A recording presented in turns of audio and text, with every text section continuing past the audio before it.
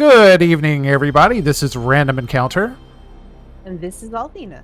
and we welcome you to. It's supposed to be the Post-Mortem of Parasite Eve, our November 2024 game of the month for ValiantGamers.com, but we have a little something extra for you guys tonight.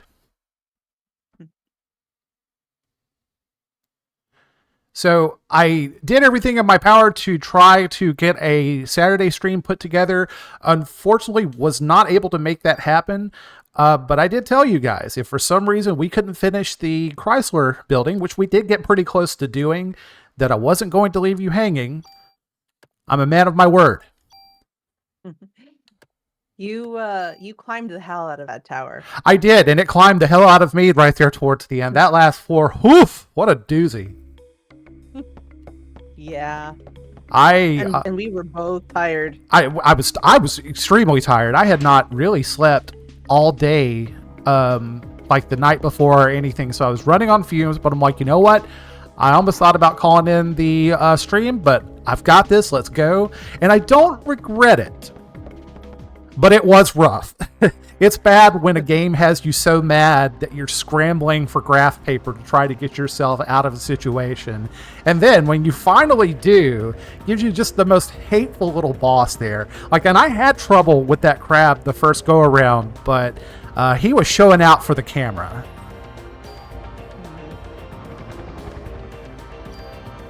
But nevertheless, I don't think you guys missed a whole lot. We saw, I think, the most interesting bosses leading up the tower. The cockroach boss, which duplicates itself, and the crab boss, I think, were interesting. Had a lot of fun doing it, but let's get this out of the way so we can have a proper post-mortem. And I hope everybody's having a lovely evening tonight and is looking forward to, if you're here in the States, I hope you're looking forward to your Thanksgiving. Yes, I have tomorrow off and then I have Thanksgiving off, but I do work on Wednesday. But you do get Friday off, right? I do not get Friday off. But that's okay because I don't work retail, so it doesn't matter if I have Friday off or not. Fair point. We also don't get Black Fridays off where I work, but I just went on ahead and I took the vacation day because fuck it. What else am I going to use it for? The end of the year is fastly approaching us. Yeah, my boss told me that I had some vacation days to take, and so I took a day this week, and I looked at our schedule, and that was the day. Tomorrow is the day that was most likely to get approved, so I just took that day as sure. A random I choose you. So that's fair. I'm sharing some of my responsibilities now with another person, and I got to have basically Christmas and Thanksgiving off a couple of years ago, and then I had Christmas off last year. So we kind of swapped it up where I took a lot of time off this month, including this entire week from work, and I'll work most of December, and she's going to have Christmas off to spend time with her family, which is, I think that's only fair, right? That is fair. Yeah. I'm going to use tomorrow to spend making pie crusts for my famous pie. What do we have here? Wow, the janitorial staff at the Chrysler building's really just fucking up. Oh, you know what? And I need to share my screen with you. Give me 1 second. Thank you. All right, Nicole, let me know when you can see my screen.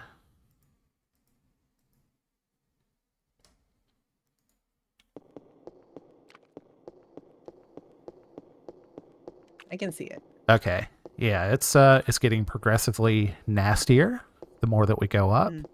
The crab absolutely wiped out the janitorial staff. They were trying to make a good, honest go of it, but I can't blame them.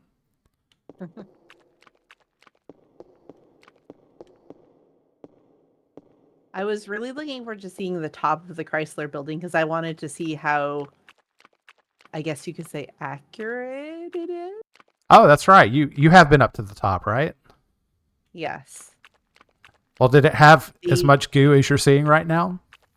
There was more goo. No. Whoa. Oh, okay. Nice. But So this is new to me. hmm. And hopefully new to everybody too. So I'm glad we get to share this experience together. Wait a minute, that's not Eve.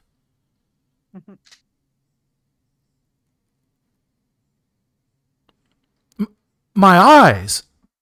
No, I really am here. What you're seeing isn't an illusion. Maya? You're Maya, aren't you? Ha ha ha ha ha. You're wrong again. I'm the original Eve. Original Eve? What do you mean? The mitochondria of Melissa was transplanted from this young body. Hans Klomp gave my cornea to you, and after giving the kidney to Melissa, he continued to culture my liver cells in order to study the original, me. As Melissa's body was giving birth to the ultimate being, I made my nest here.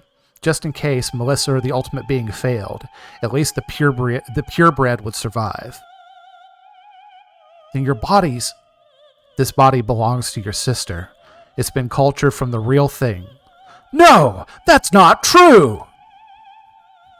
Ha ha! Want to chat with your sister? What?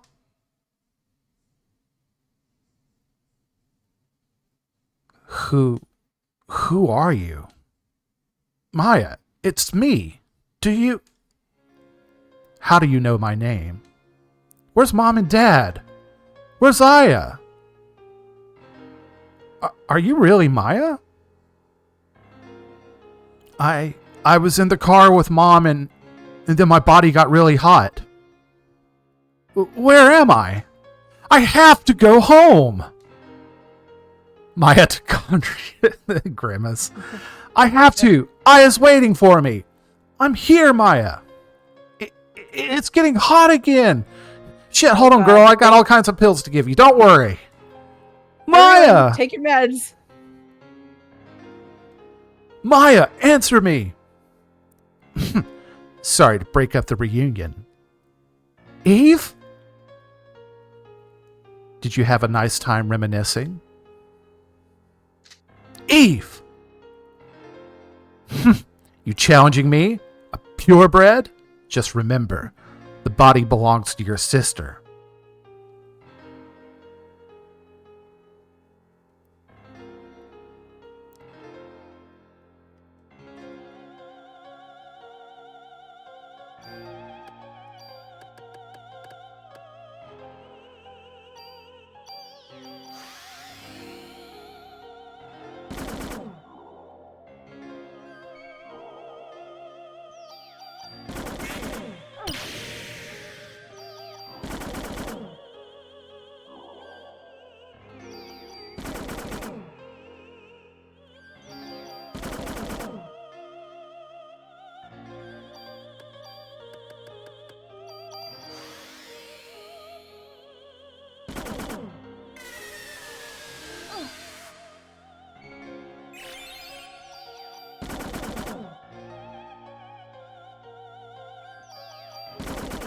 Ooh, that heals a lot.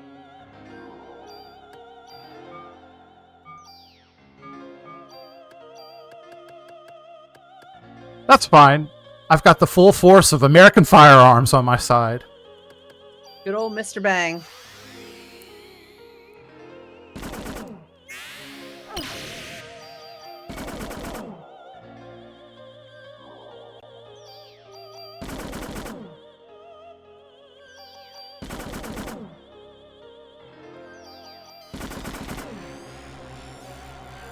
Oh.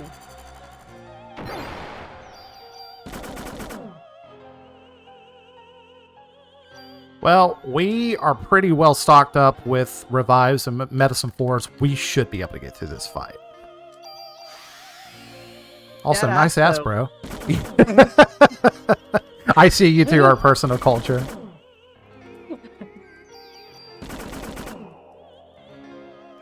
We called ourselves Valiant Gamers because Degenerate Gamers just didn't have the same ring to it. No, you don't. No Taibo kick for you.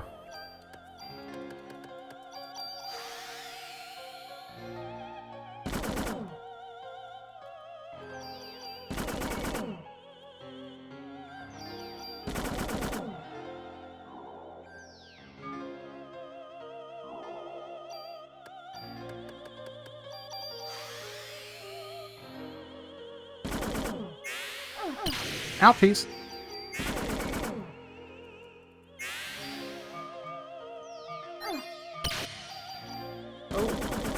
That's okay. We're medicated as fuck, boy.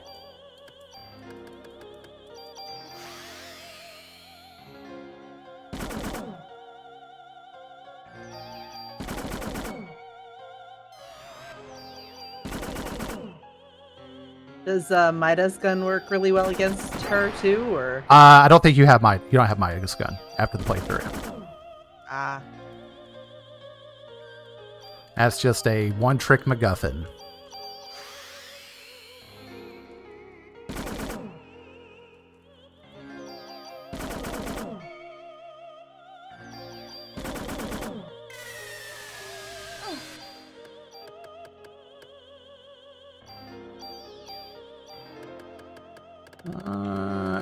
Yeah, I think we've got enough revives. I'll go ahead and pop that just to be on the safe side.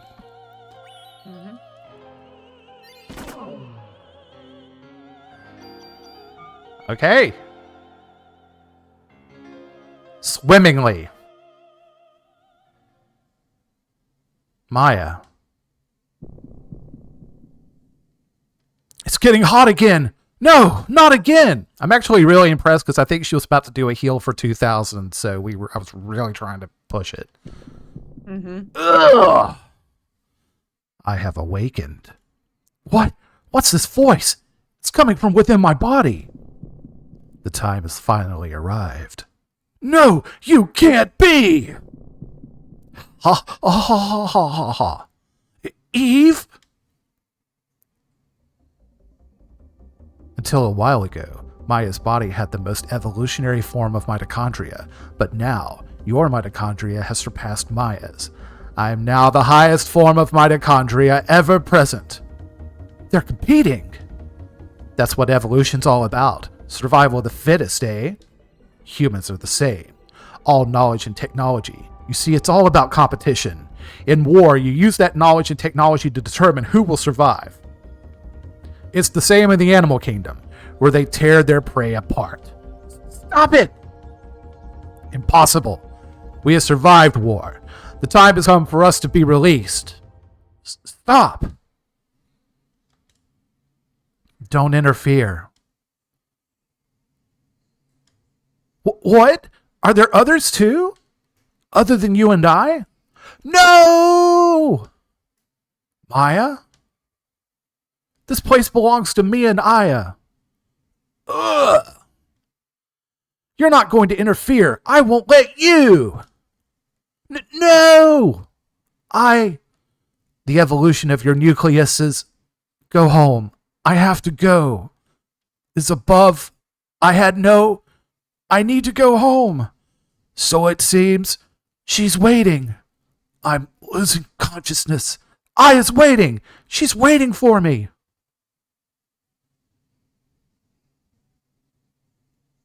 My body. It's back to normal. Before Eve ever came along. Before I came to have all of that power.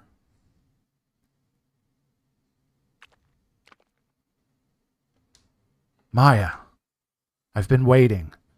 I've always been waiting for you to come home with Mom. And I've always been looking for the other me.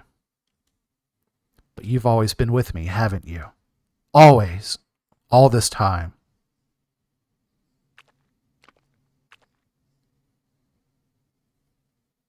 Let's go home, Maya. Let's go back for good.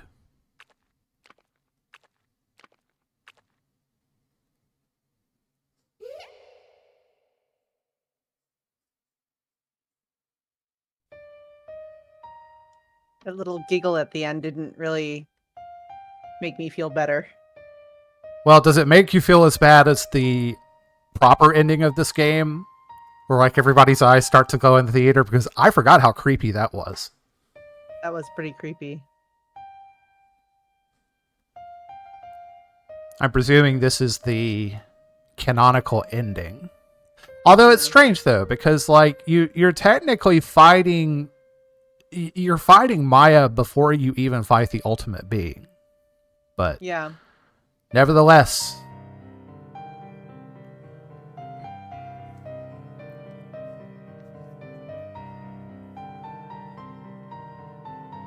Boy, I tell you, they put one dress on Cloud, and that boy hasn't been the same since. No. So this takes place in the game before the end of the game, but this, like on the new Game Plus, essentially.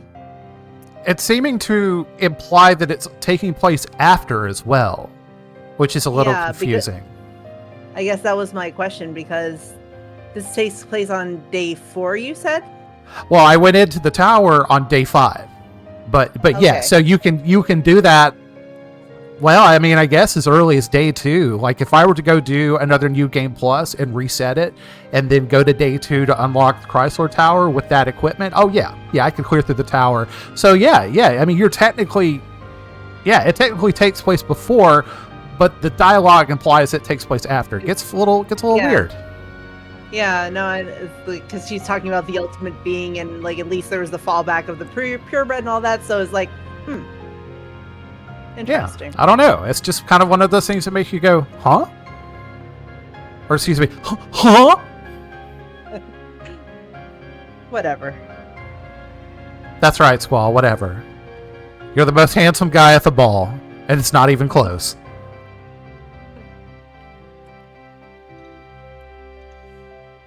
Well, that's kind of a hallmark of not only just Japanese role-playing game storytelling, but in some ways Japanese storytelling is a little less concerned about the hard and cold facts of what's presented, but more about the overall ideas and also how it makes you feel. And for some, that might be frustrating. I mean, that's just my take. I could be completely wrong, but just go with me here. And I feel like how it makes you feel and the themes that it explores are more important than the pathway to get there.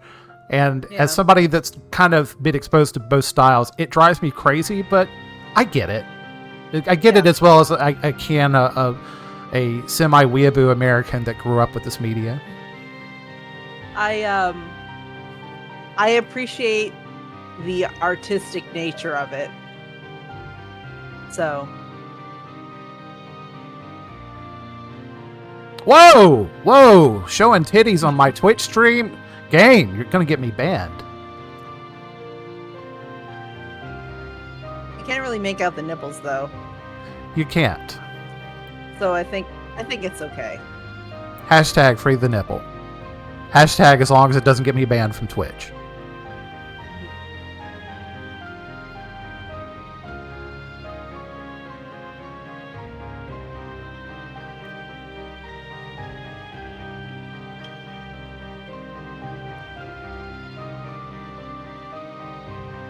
It is a very interesting story, though. Like, we talk a lot these days about identity in video games and whether or not that has a place, but before that conversation really came up, I do find it interesting that we had a game that's basically focused on female leads, a female protagonist and a female antagonist, and I can't think of many other games that show a obviously very super deformed, but a super deformed, heavily pregnant woman. Yeah. Although I haven't been to the bottom of my Steam page in a while, so it's possible somebody's got me covered down there, but this game was doing it a lot more classy, I'm sure. Well, yeah. Now, I don't know if there's a stinger or anything waiting for us, so we are just going to watch these credits through, so just bear with me. There may be nothing waiting for us, in which case, I apologize. Hey, you are in uncharted waters right now. Hey, I have wrestled with the thought of bringing that as a game of the month. I love the Uncharted Waters series by Koei. Those can be a little dry, but I think it's one of classic Koei's best games and most accessible ones. So I might change my mind on that one day. I certainly wouldn't mind just watching and chilling and. Yeah, it's definitely a chill game. If you're looking for lots of hot sailor action, it might leave you wanting, but it's definitely a game to vibe to. Yeah, and that's Grimace, there's a whole wide world. Like, there's old and new Koei, and this is definitely very much the old Koei paradigm of we're going to take these somewhat oblique game systems, but we're going to try to put you in an entirely different place and time. And in some ways, it was really successful. And I think Uncharted Waters was the best at doing that, especially New Horizons. That's just one of the best Super Nintendo games, period.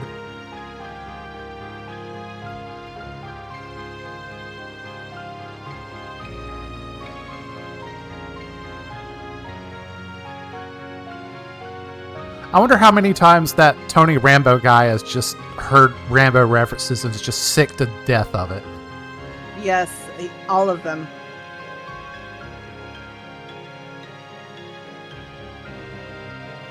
It's like that guy in what is it, Office Space? Yeah, Michael Bolton. Mike Bolton, yeah. Yeah. Why should I change my name? He's the one that sucks. Ooh, looks like somebody's got a case of the Mondays. So I'm very much loving Nicole's company as I always do, but I am very much missing our Selbake out there. Selbake, yes, if you can hear this, we miss you, buddy. Hope you're doing well. I wish we had a Selbake emoji that we could spam 3 times and summon him. What would be a good emoji that really just wraps him up in 32 by 32 pixels? A Triforce. That's true. That is true. Yeah, he's busy with the kids and the family. It's a very busy time of year if you got little ones and people coming in, and I get it. It's about to be full prep mode here very soon. Yes. The end. ...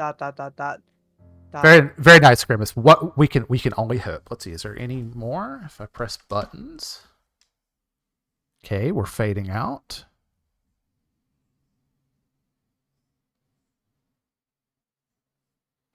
So the downside is, if you really enjoyed Chrysler Building, unfortunately, doing this, I think, clears it out for good. I don't think that you can go back and redo the Chrysler Building if you've done it all the way through. You would have to start a whole new game. Oof. Which is unfortunate, but you know, I think they got as much. Okay, is there game? Hey, there we go. Yeah, so there you go. That is the conclusion of the EX side of Parasite Eve. And I'm going to step away for a couple of minutes. I have a cat that will not leave me alone, and I have got to put him out of the room. So give me a couple moments, and I'll be right back. Sorry, Jules. Nothing personal, buddy.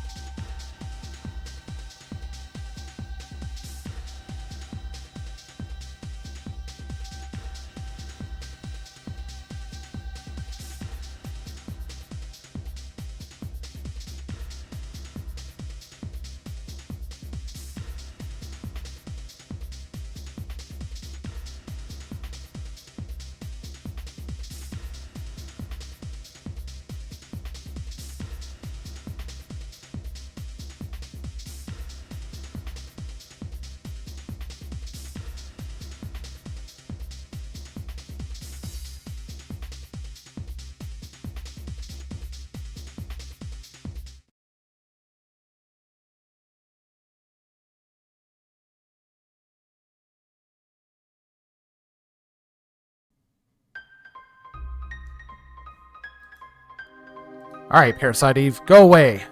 We're going to talk shit behind your back. Just kidding. I have good things to say about Parasite Eve. So, again, to refresh my memory, Nicole, this was a completely new experience to you, correct?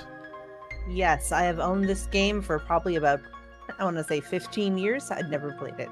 So Nice. Well, I'm glad that we had a chance to check it out. And that's one of the things that I've enjoyed the most about this little series that we've done is a chance to get outside of my normal comfort zone and see what you guys like.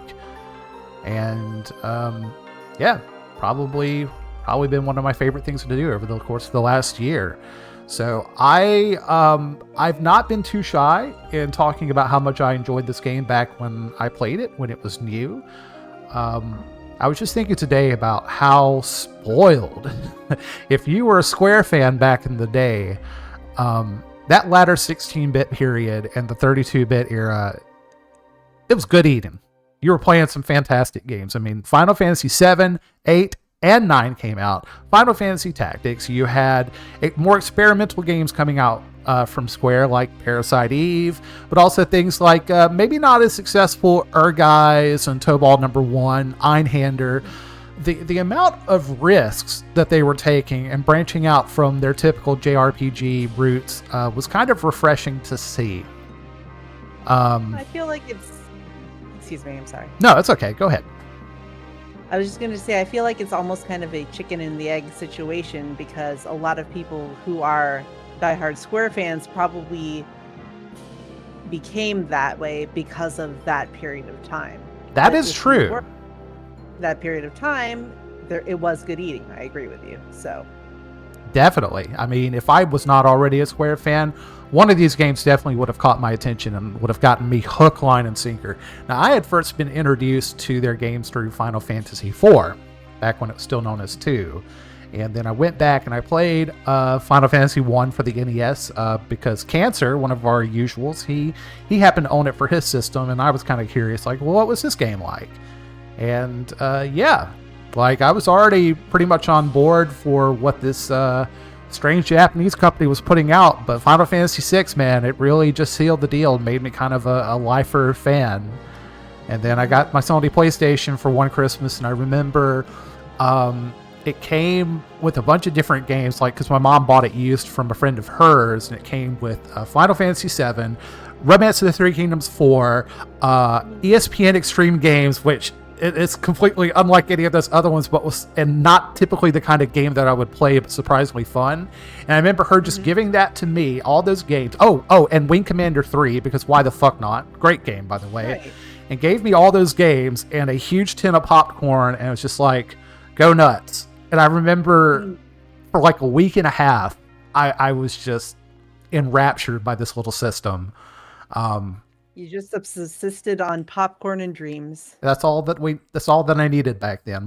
My teenage metabolism would take anything that I would give it, and nowadays I have to be a little more circumspect and into what I eat. Memories. But yeah, Parasite Eve was definitely a sure purchase on my part back in the day. It was a lot of fun. I didn't really like. I think the manual talks about the fact that it is based on like a book, or it makes some mention of it somewhere. So that wasn't a complete surprise to me. It wasn't until much later though that I had a chance to actually sit down and watch the Parasite Eve movie. And I also know that when we watched it together as a community, that was the first time for a lot of you guys too. So before we go and talk about the game, I think we have to pay some homage to the source material by Hideaki Sena and talk about that movie. Nicole, what did you think? I thought the movie was surprisingly good. Not surprising like oh my god, it's actually good. No, it was good. You expect a certain level of cheese, I guess, from movies of that era. But I thought that it was actually very thought-provoking, and I think the score was amazing, but look at who wrote the score, so there was no surprise there. So yeah, I mean, there's a lot of really good things about it. It definitely made me think. I was thinking about it for days afterwards, and about the implications of it, and it made me do a little bit more like research on the book and the world of the game and the book. So that is Hmm. pretty cool. I enjoyed it. Yeah, and Chad, I definitely want to hear your impressions of the movie too. I will say that I enjoyed it when I first watched it. Coming back to watch it again with you guys, the only thing that was a little bit jarring to me was that fucking bird in the very beginning just Yeah. cawing around obnoxiously, and the puppetry effects on it left a little of something to. Oh, what's up, Skunkworks? How you doing? Sarah, so for those of you that missed our get together with Parasite Eve, the movie is relatively easy to find on YouTube and the Internet Archive. And if you've got nothing to do on one weekend and just chilling at the house, I highly recommend watching it. No problem, buddy. Glad you could make it. I enjoy. Apart from that, I enjoyed the movie because, like, that very bit at the beginning, I'm just like, can somebody please do something about that fucking bird? But then when it finally does swoop down and it Yeah. just gorges on the snail, and that part is really gruesome. I forgot how gory that was. And once we got that aside, and they really start building upon the meat and potatoes of the actual story, it was just as enjoyable to me the second go around. I do want to read the actual book at some point. From what I've read into the book, so Hideaki Sina, the guy that wrote the book, he's not by trade an author. He's actually, I don't think he's an endocrinologist, but I forget what specialty he is, but he's an actual medical doctor. And writing is kind of something that has become, something secondary to him, right? It's not something that he immediately went into. But apparently about 50 pages of the Parasite Eve novel just goes into great medical detail about the process of doing the kidney transplant. And if you're a medical nerd, I'm sure that's probably really interesting. But if you're not, I can see that being a wash of either you kind of find it fascinating or you're kind of bored and you're ready to move on to the actual plot of the story. So Right. it seems like the movie maybe handled that process a little bit more gracefully. And the game obviously takes some elements from that, but goes into kind of a whole direction of its own too. But I am curious to check out the book at some point. And I thought that the movie, I thought that the movie, from what I know on the book, was pretty faithful. And definitely, if you enjoyed playing the game, you owe it to yourself to watch the movie. Yeah, I definitely want to tell people about the movie, just because I enjoyed it so much.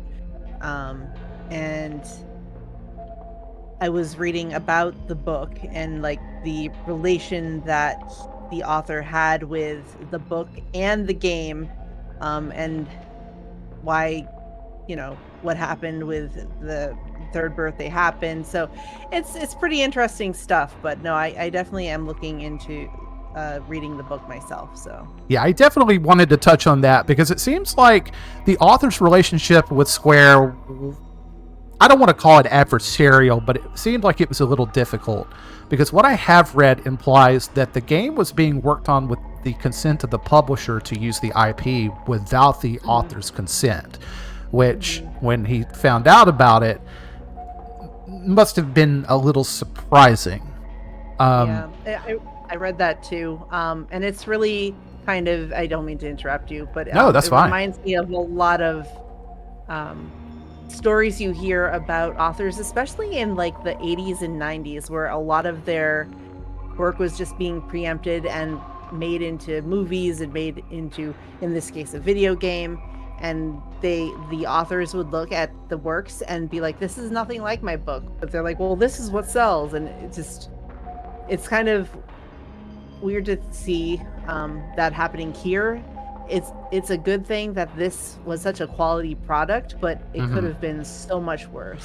Oh, And yeah. I mean, if it were put in the hands of another developer, yeah, it would have yeah, probably turned into a little bit of a shit show. I'm glad that yeah, Square had enough creative minds to give this their own touch, but at the same time, if you're familiar with the source work, you do see it coming through. And it's not just completely thrown to the wayside, more or less with few exceptions, which I will talk about during my review of the game later. But I think that there's enough common ground between these two works that they do feel connected. And having, starting with the movie and then going to the game and then vice versa, either way, I think you get quite an interesting world that still holds up to this day. But I do have some thoughts about the game. That's why we're here. This is the experience that we shared with each other.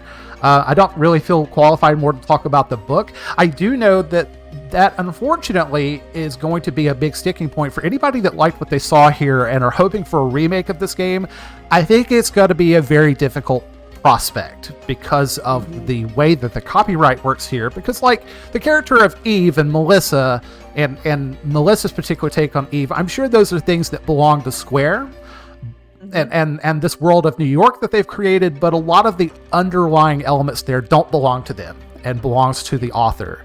And I have to wonder, anybody that would be upset with the author not being more permissive with their license, can you imagine how it would feel to write this story? It's your very first story. It does very well. It kind of sets the stage for you not only as a doctor, but also an author.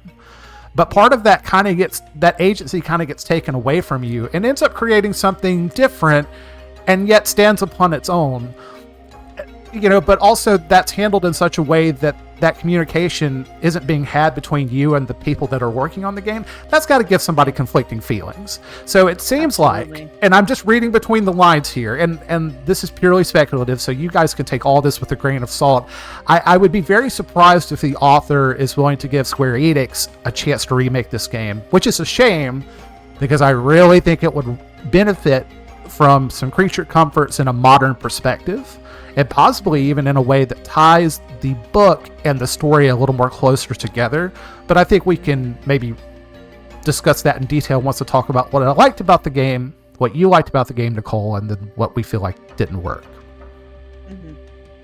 But until then, I also hear we like to do music around this place. Is that accurate? Is that what you've heard? It's okay.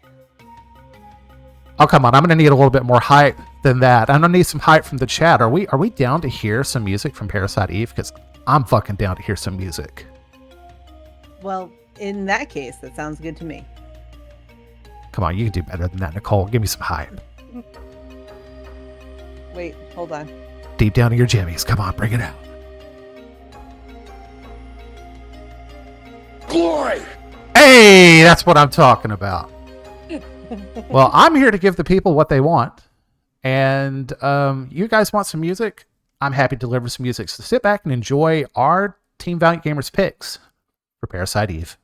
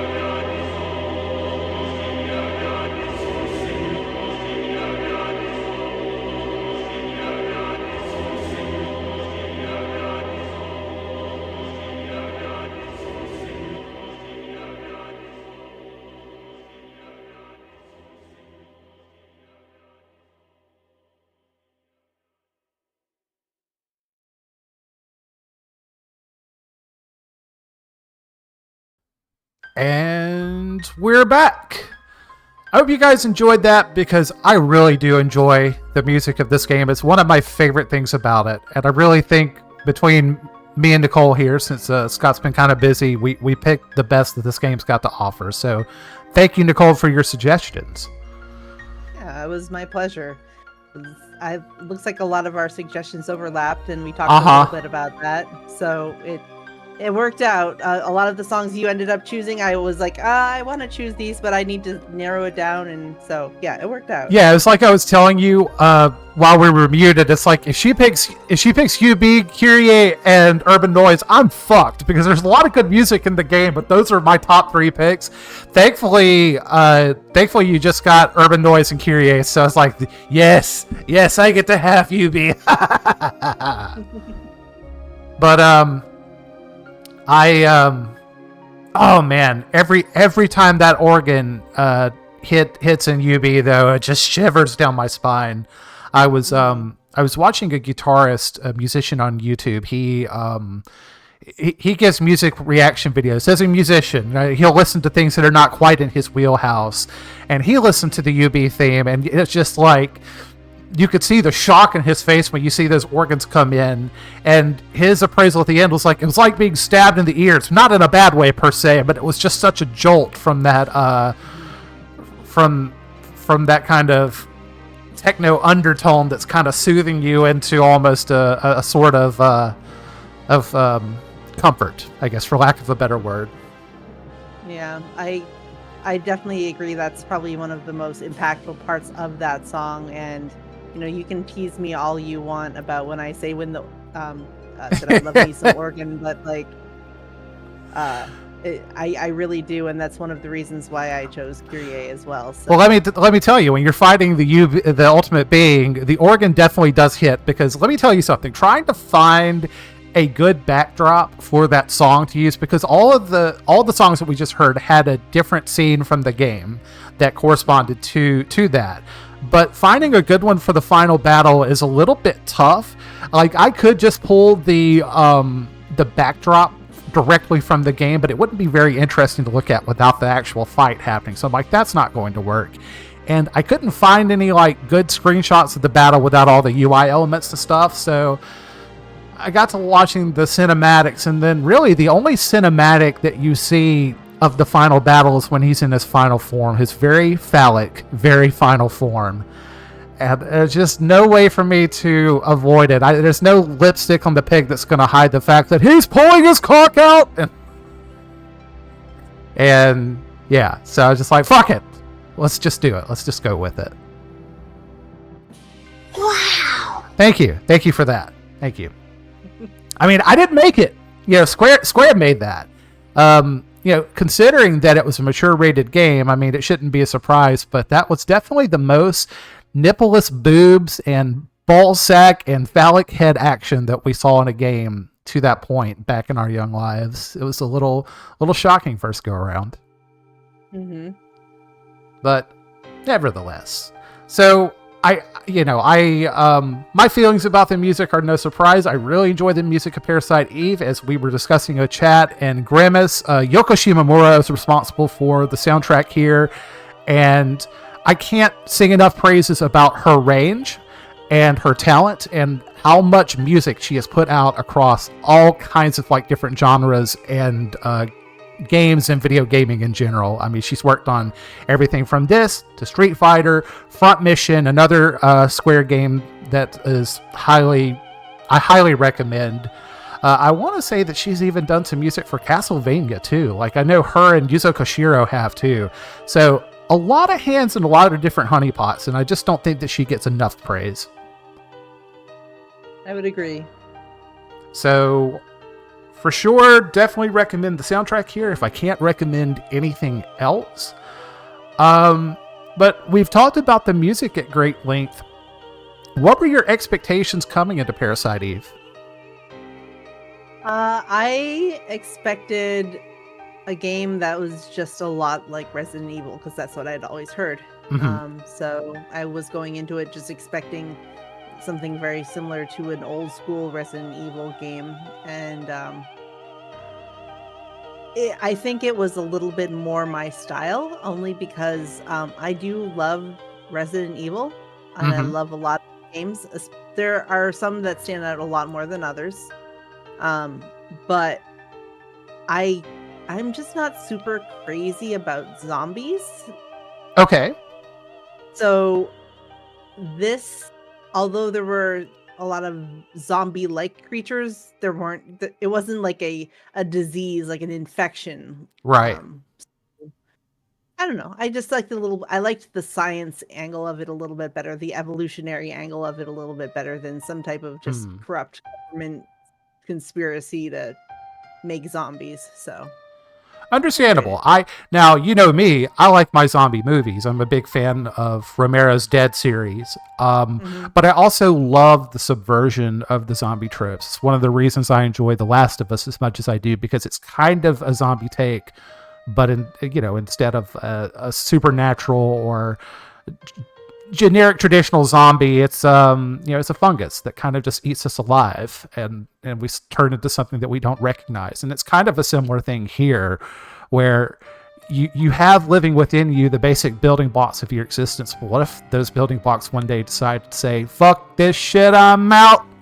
And the madness that would ensue because of that. And one person is the catalyst to, well, two people. One of the persons the catalyst of that winning, and then another Yeah, person's the only thing standing in the way of keeping that evolutionary step from wiping us all out. I mean, that's a deeply human fear that we've stood yeah, at the top of the food chain for so long. What could possibly threaten us? And yet, especially more in recent years, I think humanity's had to think of, hey, all these things that have wiped out other species that have come before us, we're not immune to that. And I think right. this genre of horror is definitely more interesting than your typical zombie fare. Yeah. To me, this was actually just a lot more, I guess, largely horrifying, because to me, something like this is more believable. Mm-hmm. Like you actually see something like this happening, and it's a lot harder to stop because no matter how many quote unquote zombies you kill, Yeah.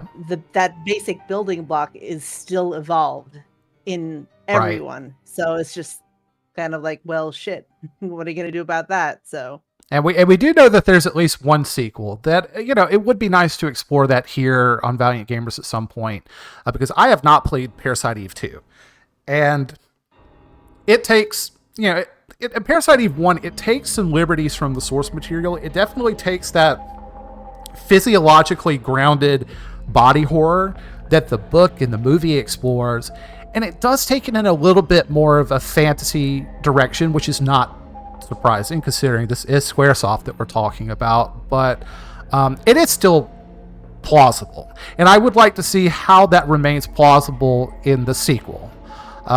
We yeah, also know that well, actually, no, I'm misremembering. There was definitely never a third game. It never even no, happened. no, no. That's what I've heard. I've heard the second one, especially if you're a fan of the first one, is a decent sequel. Hmm. Not good as the first, but it's a decent sequel. And then the third one just is a complete character assassination. I don't know what you're talking about. There was never a third game. Yeah. And there was never any fourth Indiana Jones movie either. Yeah, yeah, So, and there's no Warren Bossingsay either, and no, all kinds of other no, no. libels and slanders that people have put out there. But yeah, what I have read about Parasite Eve 2, I'm more inclined to play it now than I was before. Like you said, one of the things that I find endearing about this game is that it's not just your rote RPG experience, but it's clearly influenced by Resident Evil. Let's not pretend that it's not. And that's okay. I think that seeing that kind of influence rub off on other games back in the day gave us some really good games, such as this one. And it's definitely felt here, and it's a nice breather from the usual menu-driven RPG element that we're so used to. But it's still close enough to that traditional experience that if you don't have any experience with survival horror and you're not sure if you like Resident Evil, I would say try Parasite Eve first, and then consider it your training wheels to move on to other survival horror genres that are waiting out there for you. I like a lot of survival horror games, but Me too. Me too. So it helped that I enjoyed Resident Evil 2. I never played the first Resident Evil right away back in the day. My first experience with Resident Evil was the second game, which I enjoyed. So having that background of enjoying Square RPGs and enjoying Resident Evil 2, this game was just it was just a win-win, ready to happen. Yeah, so from a gameplay perspective, I find that it was mostly enjoyable. That mashing of genres was effective, and not just content to be a one-and-done game that you beat over the course of a weekend and turn back in and never play again. I do like the fact that they tried to give us some in-game content. Like that New Game Plus we talked about throughout the streams. Love that aspect of Square games from that era. Kind of wouldn't mind seeing that come back, although, largely New Game Plus has kind of been supplanted by just having much more fuller side content to explore. But being able to take the things that you earned in your first playthrough and just go ham on, some enemies the second go around, that's kind of satisfying in a way, but giving us a whole separate side dungeon to do. They didn't have to do it, but they did it. And the only complaint that I have, the only complaints I have with Chrysler Building is that after 30 or 40 floors, it does get kind of monotonous because it is the same exact backdrops again and again and again. But what was really carrying me through doing the Chrysler playthrough the 2 times that I did it for our game of the month was just the gameplay aspect of like what waits in the next room, what kind of challenges. Is that box going to have a mimic? That sort of thing. That very light rogue-like element that's there kept things spicy where I would have gotten bored pretty quickly. And then there was 447. 447? Or was that 57? What was the one that you got stuck on for a long time? It was the last floor. It was 50, I believe. 50. It was 50, and so the first time that I did Chrysler, I did it after we beat the main game over the course of that weekend, and I used speed ups and stuff to try to get through it really quickly. I just wanted an idea of what to expect, so when I came into it on stream, I would be ready for it. And it got hard at points. Like that crab boss was pretty difficult my first go around, but not insurmountable. But I think it was the fact that we were handed such an awful floor at the end. Yeah. So like, that an elevator in a weapons room is always going to show up going east or west. You'll never see one north or south, so you kind of have a feel for where these rooms are going to be. Likewise, that every exit is going to be going from south to north, so that, in a way, narrowed down the range of areas where I could find different things. So keeping that in mind, generally it was pretty easy to get through even later floors, but god damn that last one. Yeah, that was a rough one. Yeah, so I will say I agree with Grimace here. So watching, I played a little bit of that final battle by myself, but I mashed through all the text. I didn't want to see any of it until I had a chance to see it and experience it with you guys. And now that I've had a chance to see it in its proper context, it was okay. Yeah. The payoff in the Chrysler Building really just comes from the gameplay itself. I don't know that I exactly love the alternate ending as much as I like the original ending, but I suppose that's the canonical one, because that seems to be the track that Parasite Eve 2 runs with, right? I don't know, but... I'm assuming that it is, because I don't know how well it would bode for Aya to just, set New York ablaze again, after they've just gone through this with Melissa, so I'm presuming that's the canonical ending. I would presume that you are correct. But so it was interesting, if nothing else. The gameplay itself, minus a little bit of monotony and frustration towards the end, was welcome. And it definitely gave more body to a game that would have probably otherwise been a one and done experience real quick. So what did you have any more takes in that regard as far as the Chrysler Building?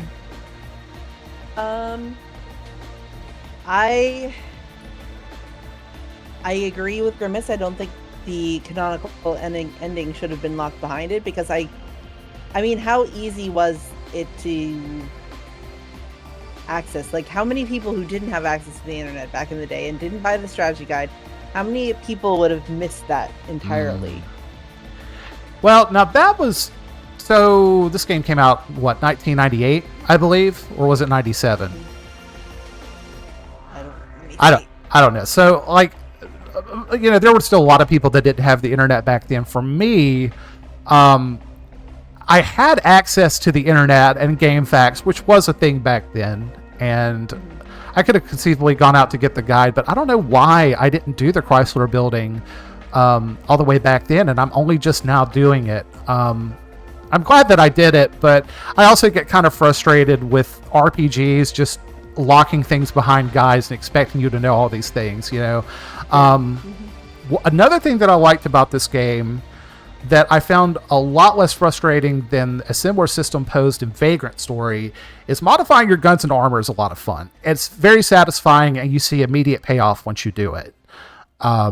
I think that in and of itself was enough reason to run the Chrysler Building, just to see how powerful I could get those arms. There seemed to be a lot less futzing around with inventory too.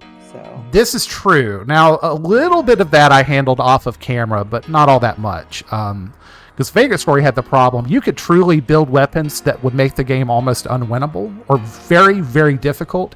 And in this game, I thought it would be very difficult to do. Because A, you always have your trusty nightstick if you run out of ammo or your gun is useless. So it's not great, but there is that. And even the worst gun isn't going to heal your enemy or just hit for zeros. You know, it's going to chip away. You're just going to have to be a lot more careful with your execution. That makes sense. So, having got those things out of the way, I appreciate the game from a story perspective, gameplay perspective. In more regards to the story, what did you think of Aya? I really did enjoy Aya. I found that she was a pretty good character. I wish that they had delved more into, I guess, what makes her tick. Give her a little bit more. They gave her a backstory, but didn't really explore how she felt about it and how she had been dealing about it for like the past 20 years. I think that it could have gone a little bit deeper, but I just don't know if that was because they just didn't have the resources at that time. Right. But I think it would have been interesting if they had taken some time to make her a little bit more, I guess, compelling. Not that she wasn't compelling, but just to get to know her a little bit better. That's fair. Now, you know, a lot of the focus of the game too also is drawn to our sidekick, Daniel. I enjoyed Daniel's presence. Daniel gave us something a little bit. He was kind of to me, he was like kind of my way into seeing this all unfold from a perspective of somebody that's not going through it. Just your average person that's like, what the fuck is going on? Why are people turning into goo? Why is my partner the only person that's able to stand up to, you know, this crazy mitochondrian bitch, you know, like, and how does this affect me? And I thought Daniel, for the most part, was a lot of fun to see. Especially slugging reporters like it's nobody's business. Talk about a Chad. Yes, that was definitely entertaining. I enjoyed Daniel. I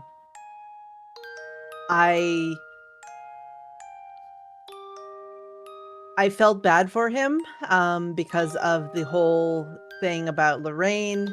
I would have liked to hear more about that. I guess like one of my complaints is that they had some awesome characters with awesome stories, but they didn't really tell them that much. Yeah, it definitely was the pace was very quick. And we didn't have we didn't really have a lot of time to explore the inner feelings of each of these characters. Because I think everything that you said is true. The only thing that I would add is the one person that I wanted to appreciate this perspective more of is Melissa. Because could you imagine how horrifying it is to have your body just rebelling? I mean, she already had a rough childhood and adolescence growing up as it is, you know, with her body just being so frail and having to go through all these medical treatments just to have a normal functional life. But say you get this life-changing transplant and you think things are going to get at least a little easier or manageable now, and like Mariko in the movie, your body starts to rebel against itself and you're doing things that shouldn't be possible, and you're starting to lose your sense of self because you feel that there's something else in you. That little diary that we saw that gave us just the tiniest glimpse of that insight just made me want more. Yeah, I would have liked to hear more about Melissa too. I honestly, that's kind of a recurring thing. I don't want to repeat myself over and over again, but like almost every single one of the characters that you would name, I wanted to hear more about. I wanted Definitely to learn more about them, and I wish we had more time to spend either doing side quests or something that just gave us more perspective on a lot of the characters, because the characters were really good. And it's kind of an opposite complaint from some of the ones we've had of some of our other games of the month, like some of the Star Fox games and the Zelda Echoes of Wisdom that we enjoyed together, is that some of these games just have dialogue for the sake of having dialogue. And there's no need for any of that.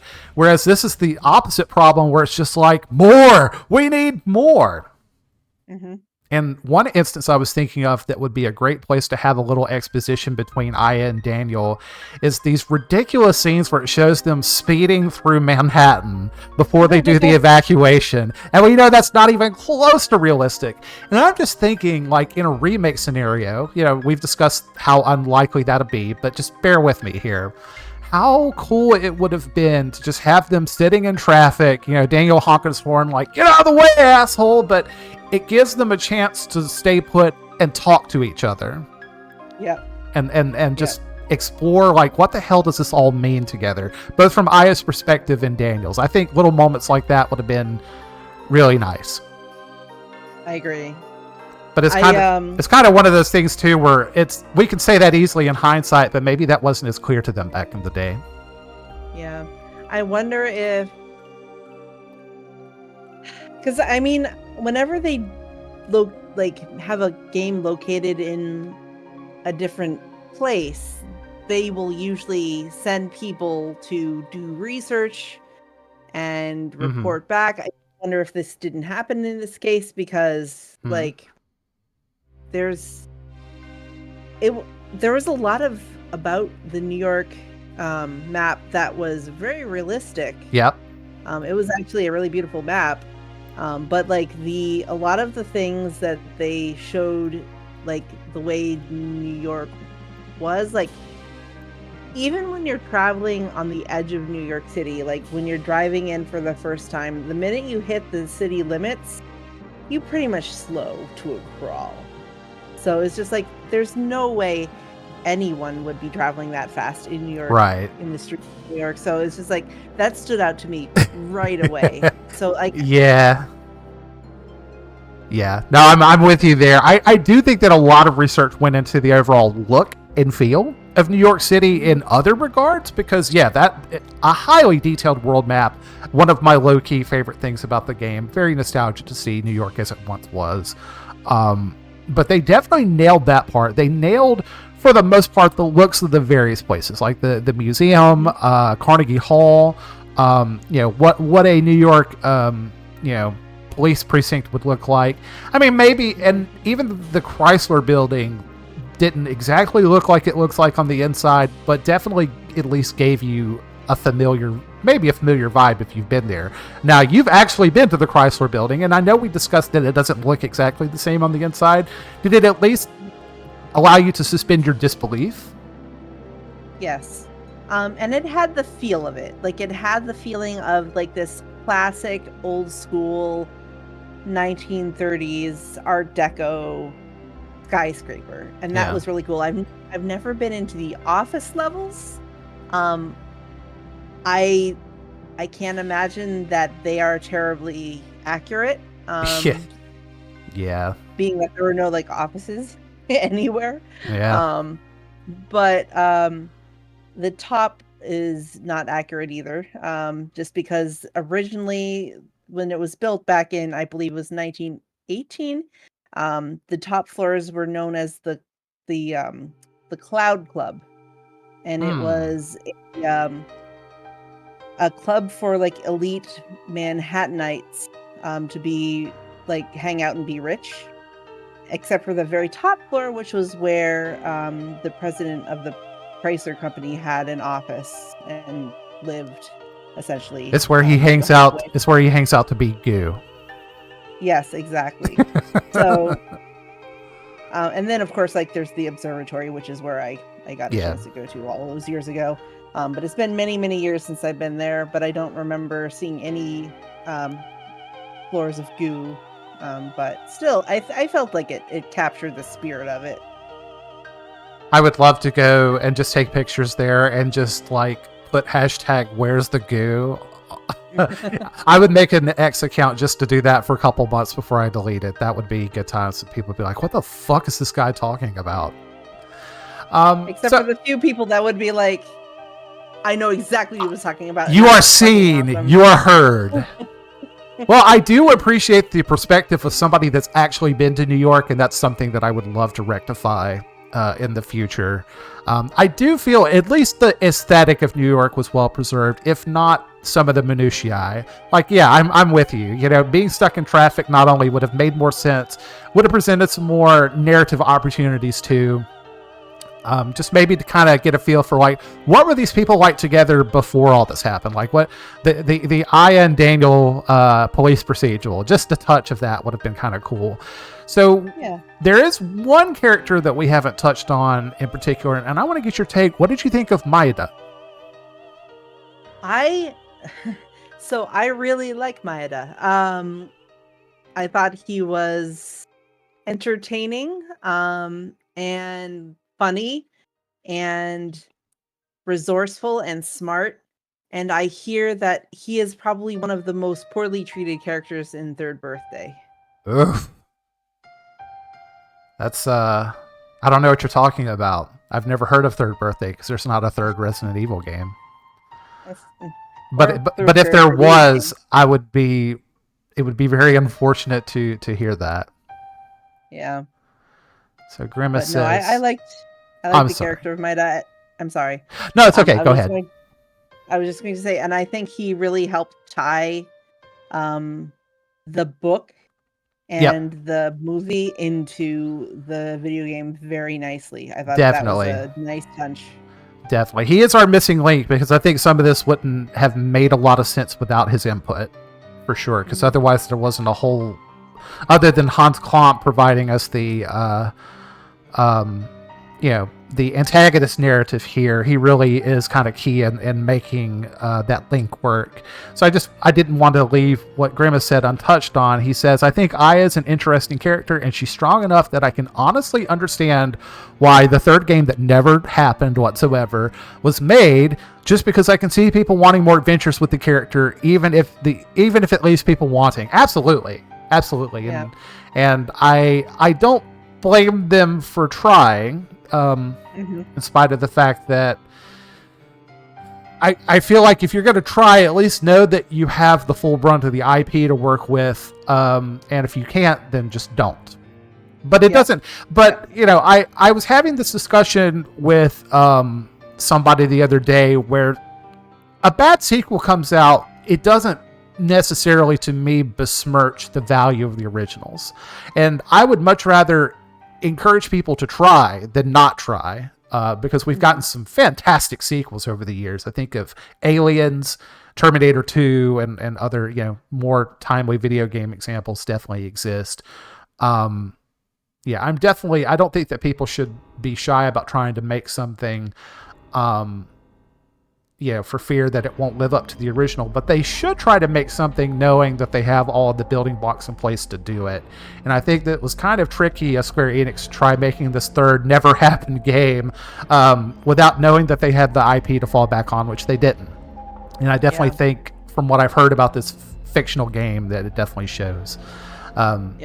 So doubling back to what we were talking about Maeda, though, I'm with you in that I do feel like he was an important character that needed to be there to establish that context. I I wish that there was more there so that he did not have to do all the heavy lifting and could have existed as more than a narrative device, because there were points that I kind of felt that way.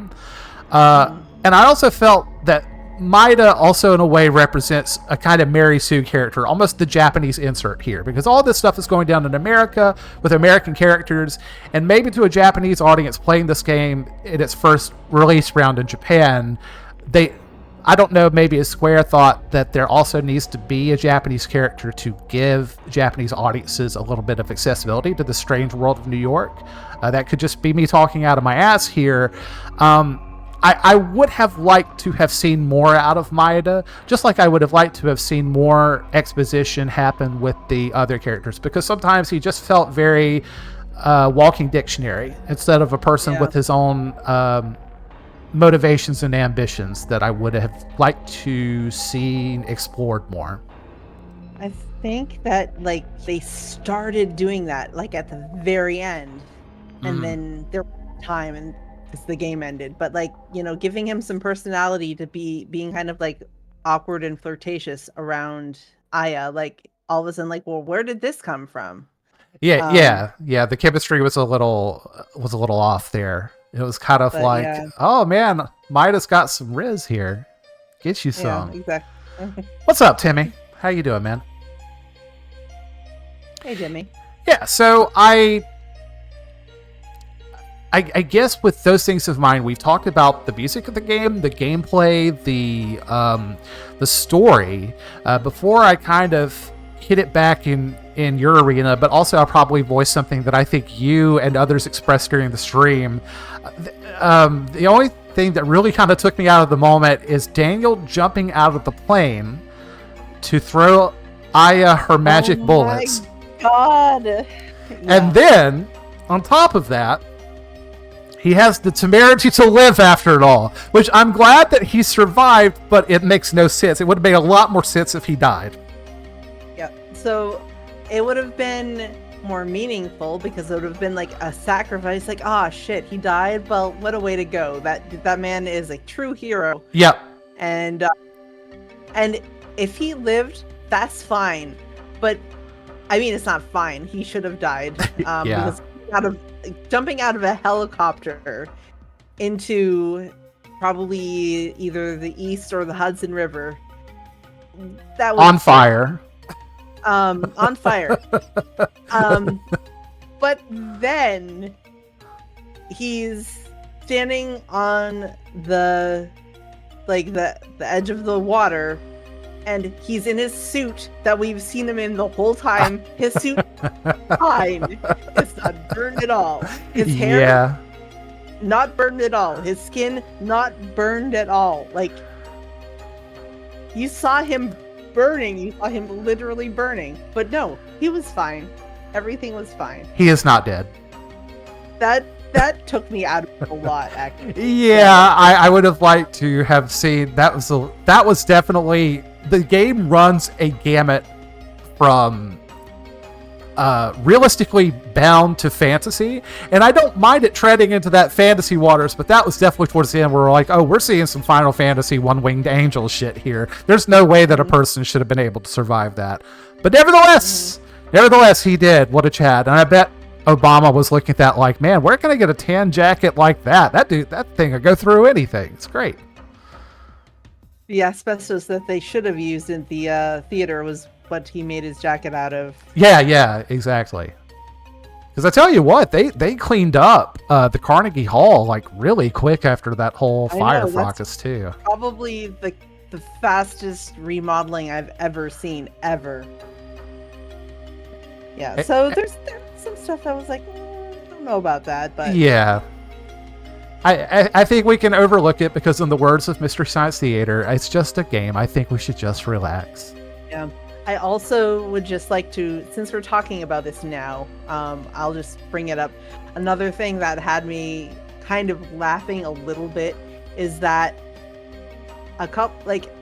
people, like an entire theater, even an entire theater, it's a lot of people. Uh-huh. They essentially combust, and then there's the whole thing in Central Park, where people turn into a giant puddle of goo, and like this concert essentially disappears. Okay, now looking back at humanity for the past even 5 years, do you really think that we would have evacuated Manhattan, all of Manhattan, over something like that happening? I really don't think so. I think they would have done like maybe like a stay-at-home order or something like that. But like we couldn't get people to stay at home for COVID, you know? And even when like 9/11 happened, there were people checking out Ground Zero, taking pictures.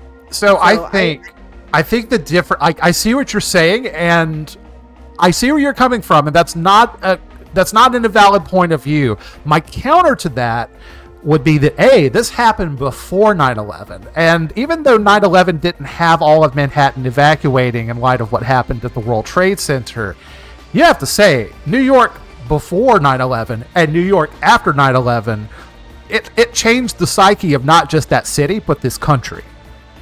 It did. It changed. We put an entire government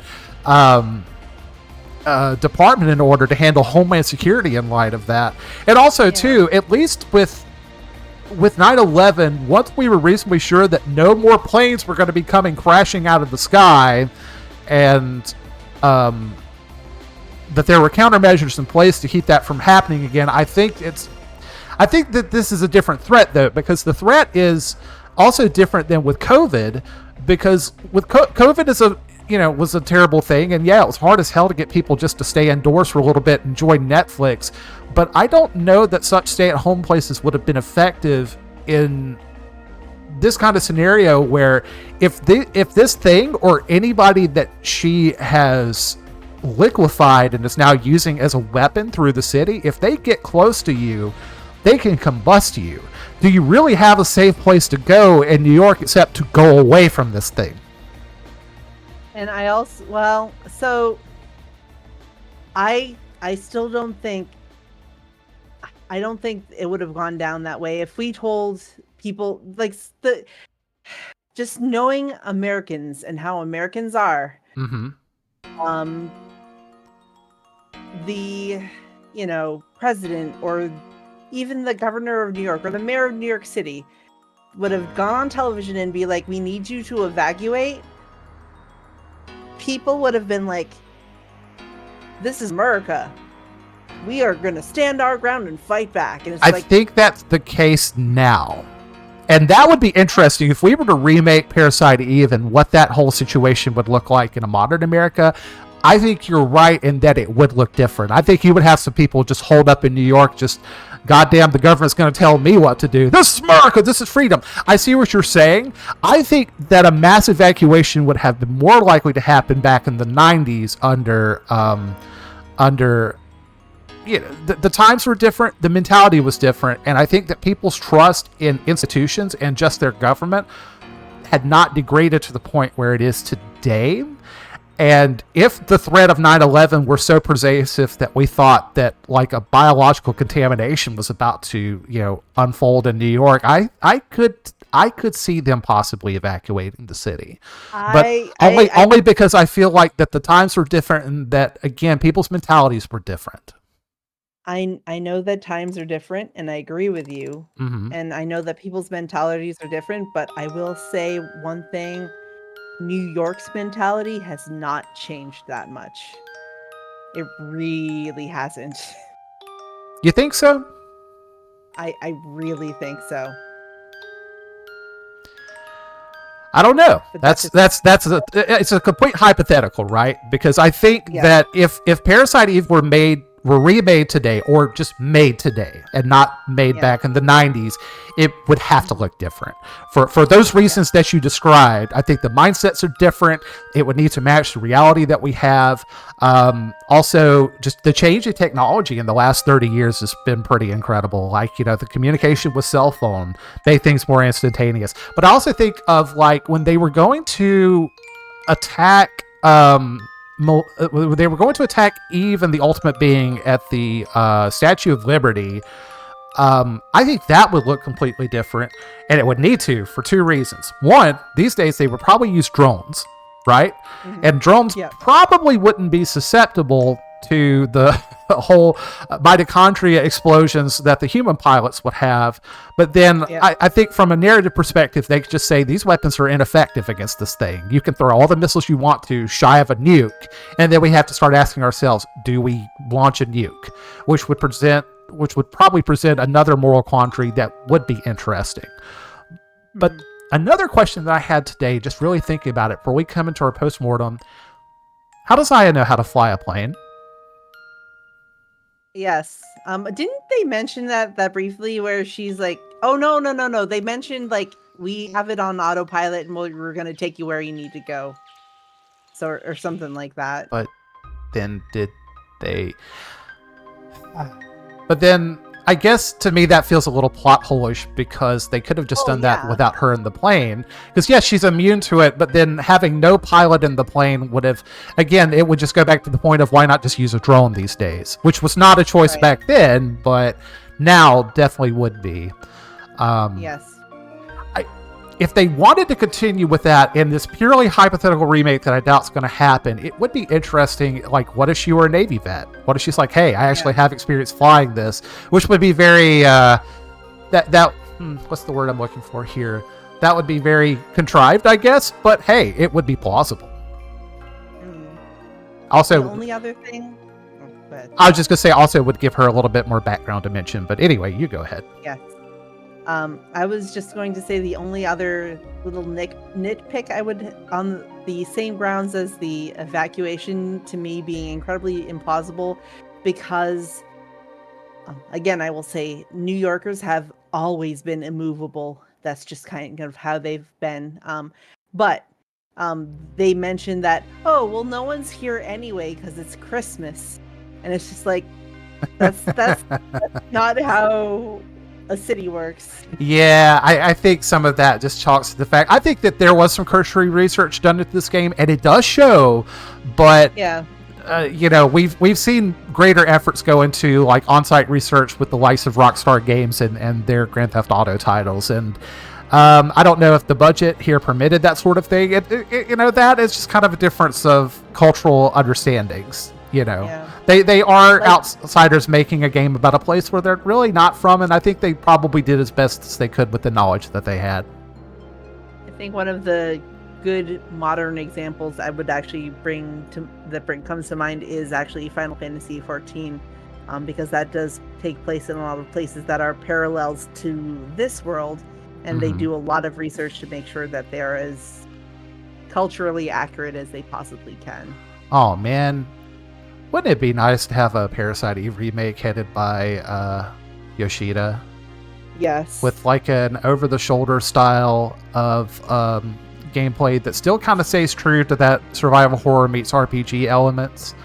Yes, that would be amazing. And, if they wanted to keep the same turn-based system where you can freeze and have a moment to think about your attack, that would be great. But if they went with something a little closer to Resident Evil or The Last of Us, I'm also thinking, like, The Last of Us was an interesting game because it had a multiplayer mode that apparently was popular with some, and I don't know. I'm building castles in the sky, chat, so please just bear with me. It would be nice to see. That was a good song, by the way. Indeed. So, I think I've covered most of my salient points. Did you have any other things that you liked or disliked about the game or its gameplay system that we haven't already covered? Well, I didn't really get a chance to play it. I liked the way it looked. It looked fun to play. I could understand what was going on, the basic, gameplay just by watching. It was pretty obviously, I don't know. It was intuitive, I guess you could say. Yeah. So it looked fun. I would probably enjoy playing it at some point. I don't think I would anytime soon just because I just watched it. Sure. But No, it looked fun. It looked good. I like those style games. I like that it had a little bit more action than a traditional turn-based RPG. Hmm. But I do like the turn-based. I'm old, so I like that kind of thing. Yeah, I But think yeah, no, even I agree with all those takes. Going back to my very brief little castle building moment here, I think if they were to do a remake, they have a perfectly good engine with the Final Fantasy VII remake. I think an engine like that would also lend itself very well to a game like this because it is more action oriented. But nevertheless, I digress. I'm trying to think if there's anything else that I need to get off my chest before we commit to ratings here. And I feel like there was one thing that was on the tip of my tongue. And I think the only other thing that I have left to say about the gameplay, which by and large I enjoy, that it's live action, you can move out of the way, but you also plan your attack. The gun building and armor building system I thought were really well carried out. And yeah, the extra game content was good to a point too. I was a little surprised to see that in Final Fantasy VII, because they're using those pre-rendered backgrounds, I remember that game had an option. You could press like the select button or L2 or R2, and you could bring up context clues about the environment to show where your exits, what's interactable. And I think that those little context clues are really important when you're using pre-rendered graphics. And there were just a couple of occasions where I'm like, where do I interact with this thing? Looking at you, Dora, in the precinct, my eternal enemy. and I think that that's kind of like a staple of, like you said, pre-rendered backgrounds, and they've been Mm-hmm. doing that forever with things, even things like point and click, so you know what to do. Oh, there's an item hidden in that bookshelf, things like that. So, Yeah, um, the door, like Grimace said. I always think of that door. But yeah, no, I agree. All right, I think that was the last thing that I needed to get off of my chest here. So, with all of I'm this said, I'm I am gonna. so glad that I had a chance to rant a little bit about my qualms with New York City and its misrepresentation. Sure, and you have a perspective that I don't, and you have a perspective that the developers don't have as an American that is in the environments of New York City, and I think those things matter. Like, it's good to see representation, but I also people get frustrated with those that are unhappy to see poor representation, and yet I get it. It's like if you're from a place, you want to be represented well, or at least you want to be represented accurately, and we don't, it doesn't feel good when that's only surface level. And maybe it doesn't matter to you if you're not from the place or you're not of the people or whatever, but if you are, then it does matter.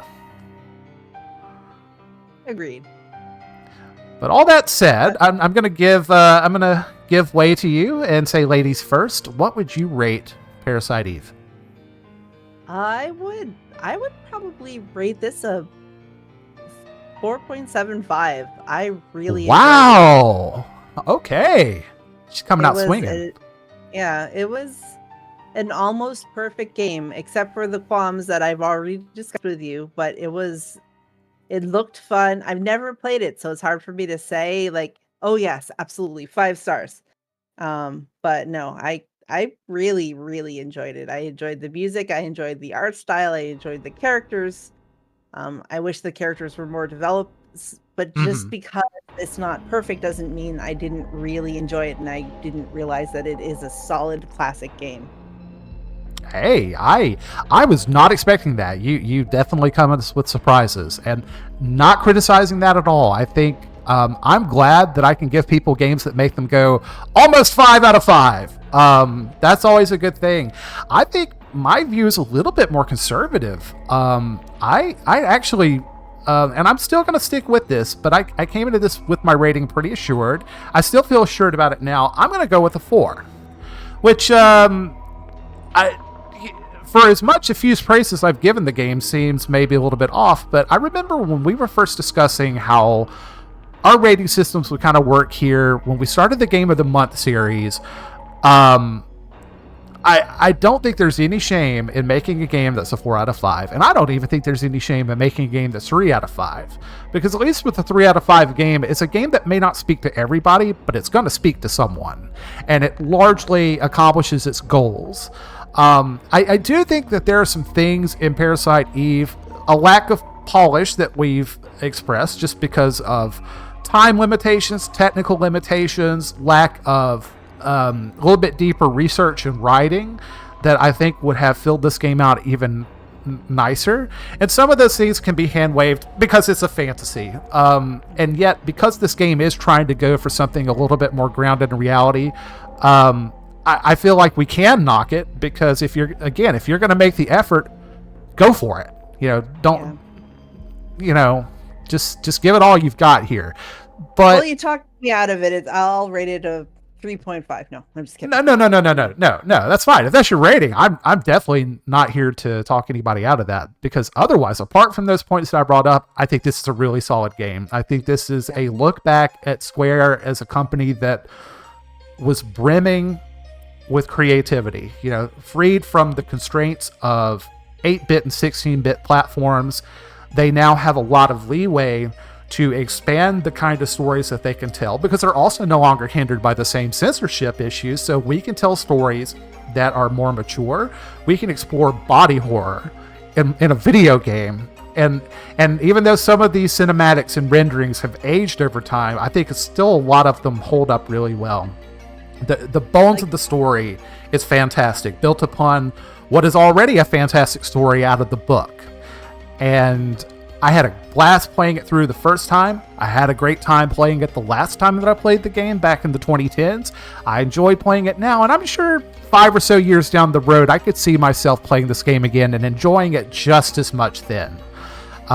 Little sad about the fact that we probably won't see a remake to it because of all the issues that we discussed earlier, but nevertheless, it exists, and I'm happy that it exists. And in spite of its problems and some mild jankiness, I think it largely accomplishes what it sets out to do.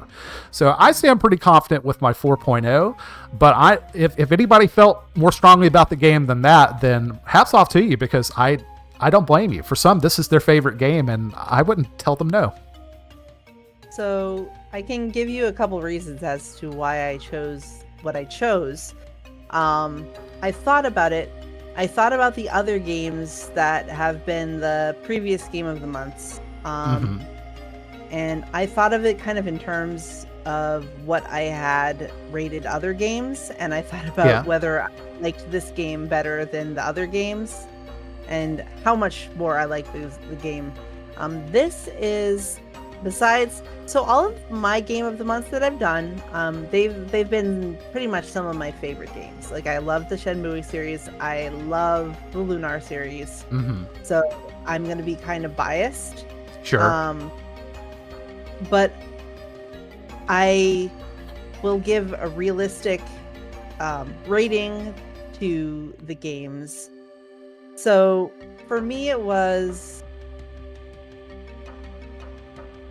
did I like it better than, Echoes of Wisdom? Yes. Did I like it better than, So I just kind of went down there, and I just tried to put it in perspective with how I enjoyed it in regards to some other of the games of the month that we played. Yeah. The other thing is, I am somewhat of a pretentious, artsy snob,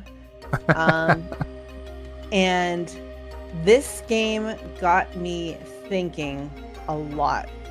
So that I was just kind of thinking about either this game or the movie or just the story or the characters. It got me thinking a lot about it in my spare time when I was working, when I was hanging out on the couch in the living room. I just was thinking about it, and thinking about the different aspects of it, and reading up on it, and reading about a lot of the background dramas. And so it inspired me to become more knowledgeable, and anything that inspires me to learn or become somehow better is worth at least a couple points. Oh, definitely. There, so. Yeah, this is a game that has definitely lived in some way or form in my mind since the day that I first touched it.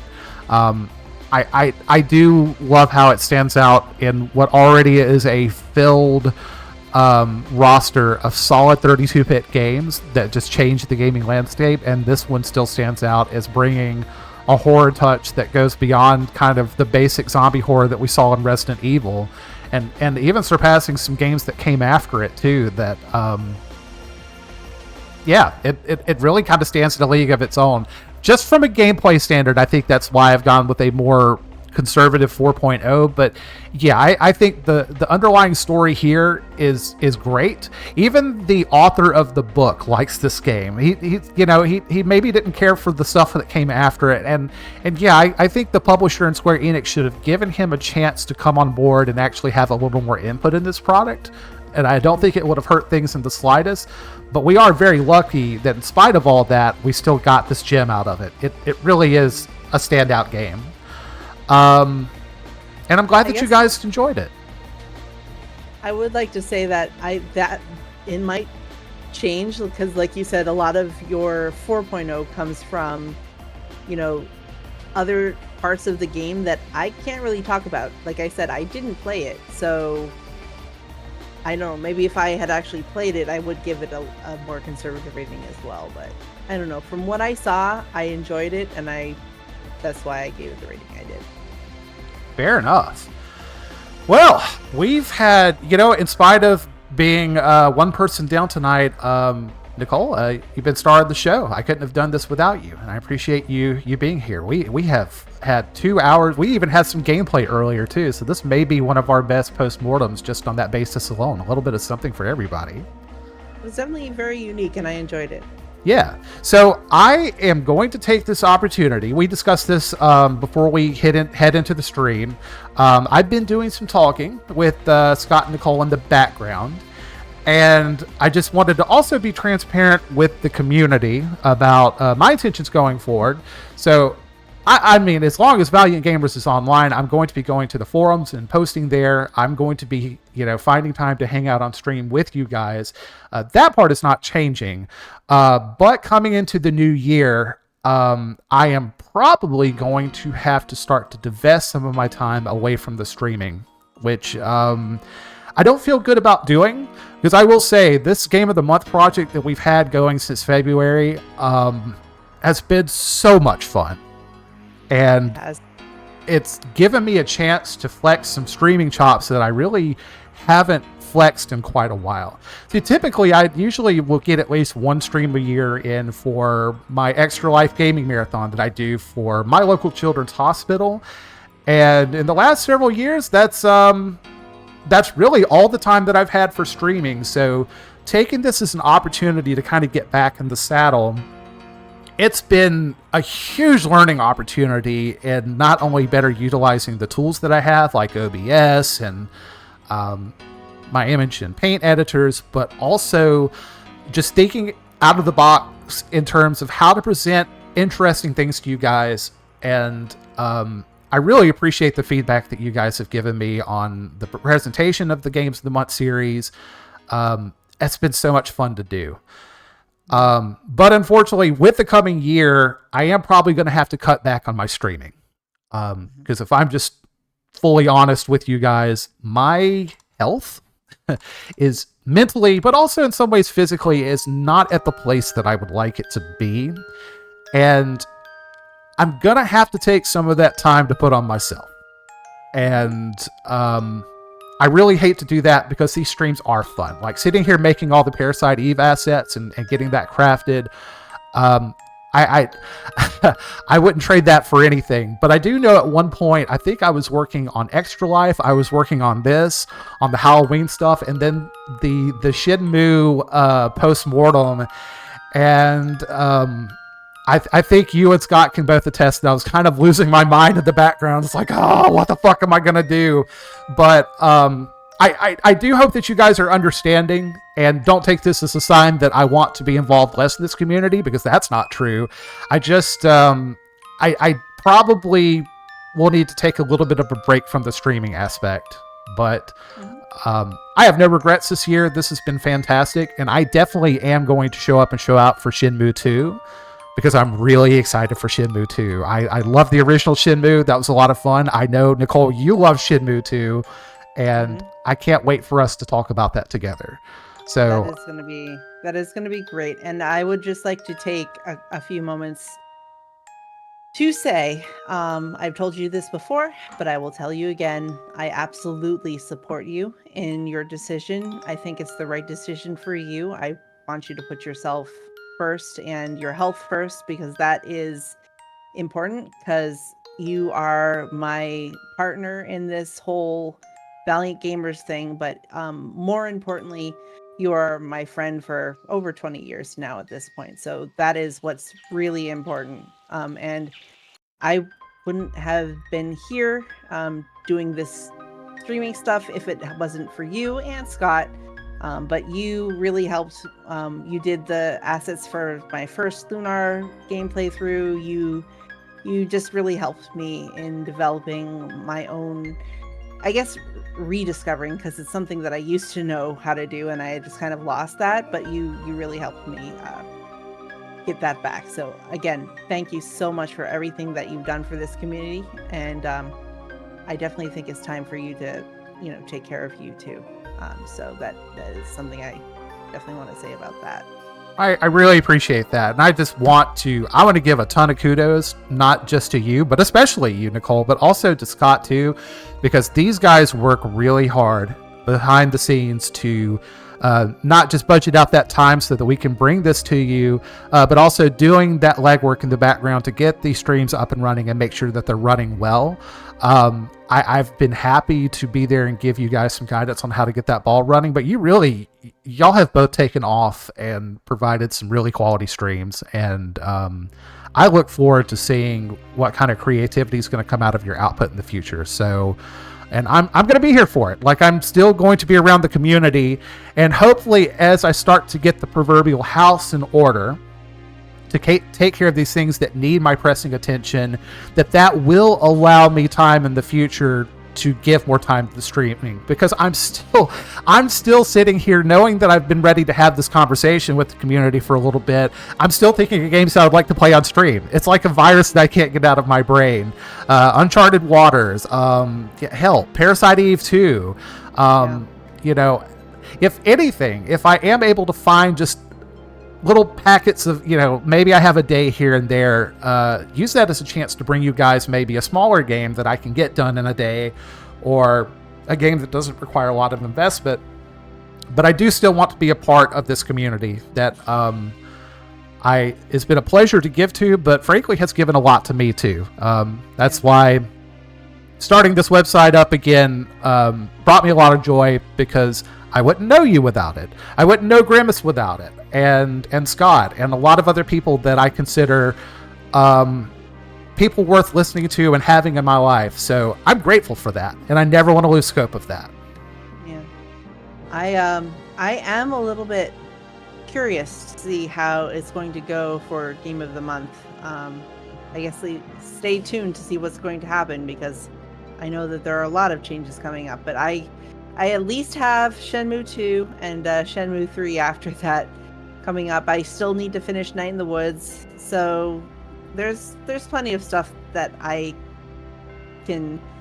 I mean, there are games that I want to come out. Like, you did it on your channel, but I wouldn't mind doing Gabriel Knight again. So there. Oh, absolutely! I'd love to see it. Especially it was the second Gabriel Knight where he was in Germany, and it was like full motion video presentation, right? Yes. That's a good one. I would like to see that one again.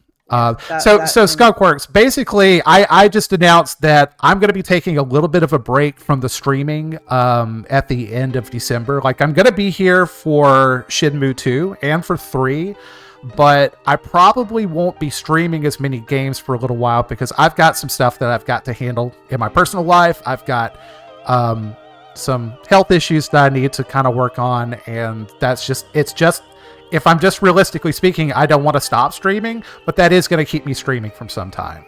So that's all. We're not going away. We might look at a different format to present games to you guys outside of this Game of the Month paradigm that we've done, but that's all. I'm having to kind of pull the throttle back a little bit. That's all.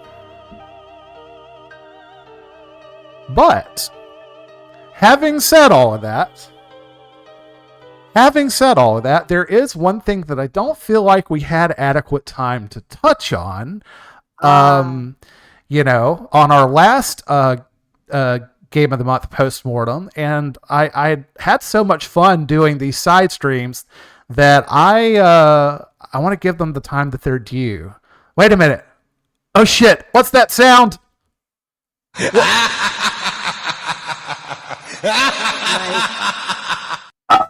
Oh shit. Oh, what's going on here? What happened? What happened to the stream, guys? The stream is dead. The stream. The stream is yeah, he is dead, but the stream is not. Dead. Take care of yourself. You're the important part, not the stream. Oh, I appreciate that, Skunkworks. And again, I still want to show up and show out when I can. I just want to be transparent about the fact it is going to be less than I would like, but I don't want to just disappear and people be like, "Where did Daddy Random go? He said he was just going to go get some cigarettes. He'd be right back. What happened?" But anyway, we talked a brief little bit about the Halloween games at the end of the last Post-Mortem, but I wanted to give them more time because, man, it was so much fun playing Clock Tower and Hell Knight with you guys, and I hope that the feeling was mutual. It was, and I'm sorry, you can't say something like what you just said, and not get ashtray, bitch. Well, I know if I'm absent for too long, a couple of ashtrays will be thrown my way. Thank you. I set you up for that. I appreciate that. But what did all night. So I hope, Dakota, if you're out there lurking in the corner here, because I haven't seen you in chat tonight, you might want to duck out because I want to talk a little bit more about Clock Tower because that game's been living in my brain too since we played it. I see that's another one. Like if I didn't have as much time to devote to streaming, I would like to take the time that I do have to maybe re-explore some of the games and content that we missed. Like in the case with Clock Tower, there's like 6 other endings that you can get to, and we only really saw 2 of them. So I think things like that would definitely be doable in a limited time frame. What do you have to say? What do I have to say about Clock Tower, or about seeing other endings, or yes? Okay. I enjoyed Clock Tower. It looks kind of like an evil Japanese version of a point-and-click adventure. It had the same moon logic that a lot of point-and-click adventures have, that I kind of have a love-hate relationship with. Yeah. But it was enjoyable. It was definitely pretty spoopy. Yeah, I would have liked to see more endings. That's another game where some of my favorite things about games like that are the kind of world building. There wasn't a lot of that. So it seemed like there was a lot of story, but it feels like you kind of had to like read a book or something like that to really understand everything that was going on. Yeah. I do what I do appreciate about Clock Tower, that is also the same that I appreciated about Parasite Eve, is that they don't overstay their welcome. Like they only have so many ideas to work with, because at the end of the day, I don't think that Parasite Eve is still the world-changing experience that Final Fantasy VII was, but it knows what it has, it wants to show you what it has, and it knows when to duck out. And I kind of feel the same way about Clock Tower. I mean, once you've gone through Clock Tower once, it's like, 2 hours and you're done?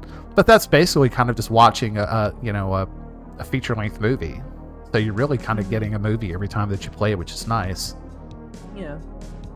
But I have to say, while Clock Tower was a lot of fun, I do regret that I wasn't able to bring Sweet Home to you guys. That's one that we need to find a way to work next year, for sure.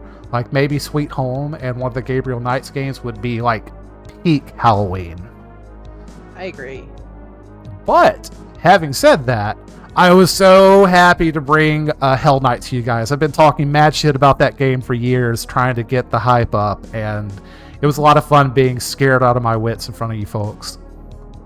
There were some pretty entertaining parts.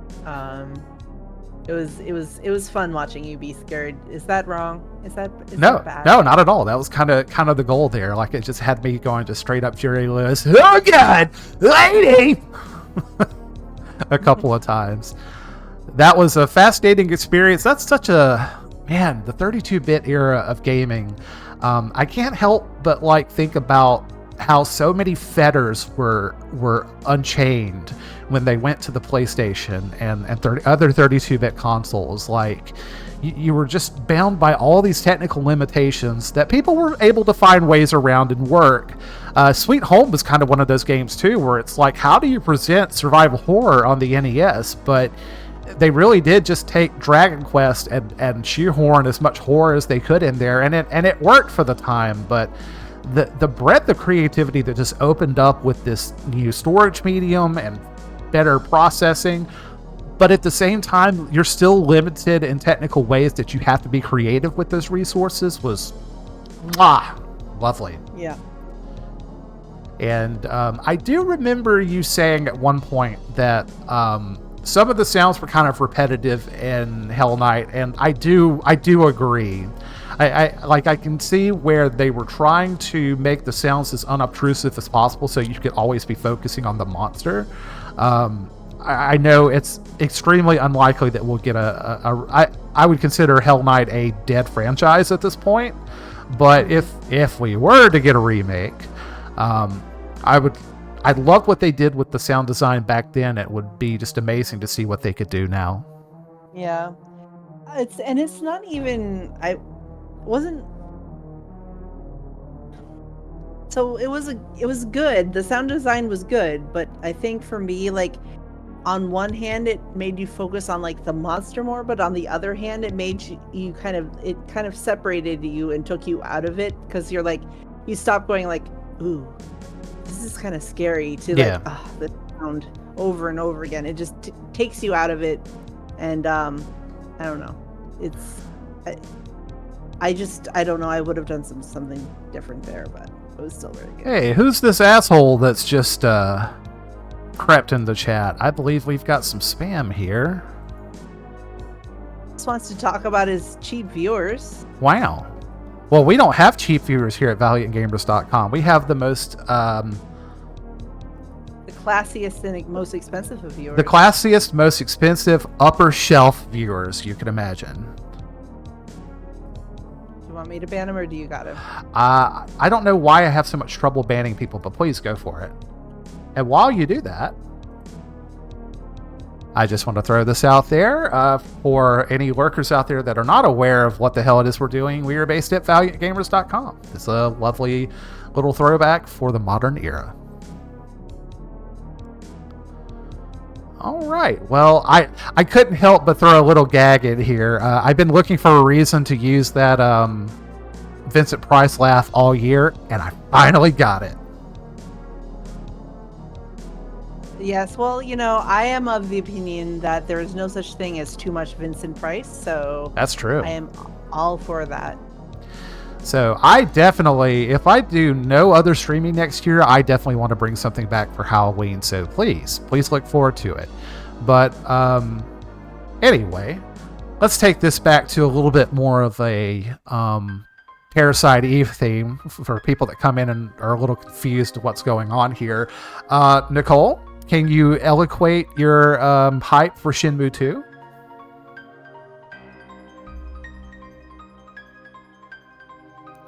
Wow, she must be so verklempt. Yeah, hold on.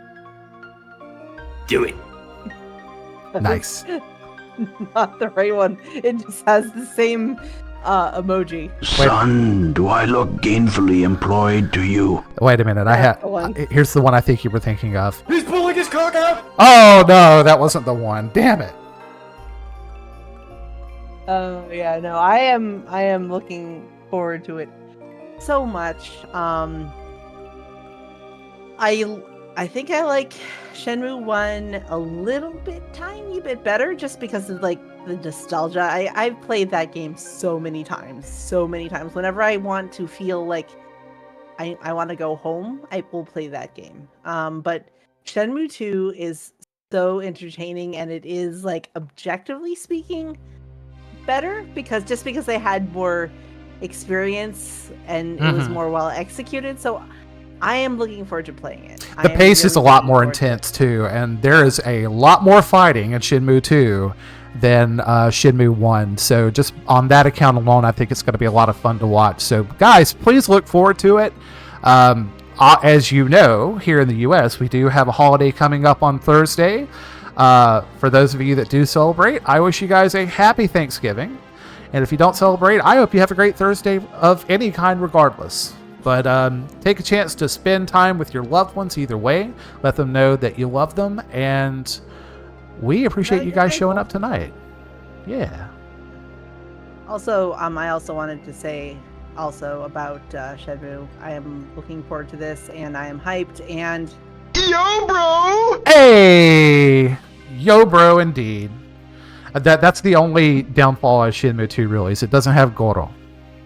there's some sad lack of some beloved characters, but I think that there are some characters in this one that definitely take its place, to the point where, like, I think probably one of the most wholesome video game characters of all time is in Shenmue 2.